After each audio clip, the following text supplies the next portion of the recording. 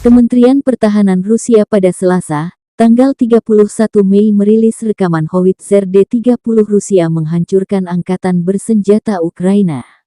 D-30 howitzer dibawa kru artileri pasukan lintas udara. Baterai artileri howitzer D-30 122 mm menghantam lokasi penembakan mortir Ukraina yang ditemukan.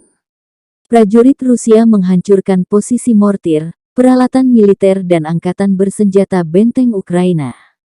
Dalam sehari, prajurit Rusia dari pasukan rudal dan artileri telah mencapai 38 pos komando, 417 area konsentrasi tenaga dan peralatan militer, dan 46 posisi tembak artileri dan baterai mortir, kata juru bicara Kementerian Pertahanan Rusia Igor Konasenko.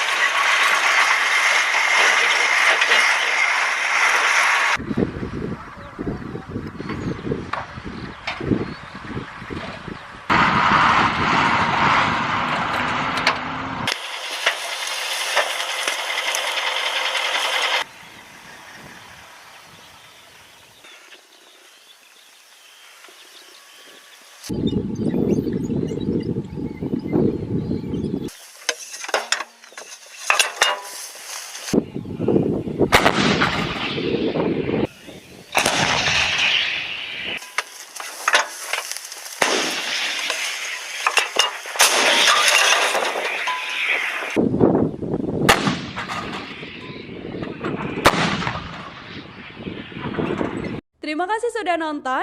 Jangan lupa like, subscribe, dan share ya.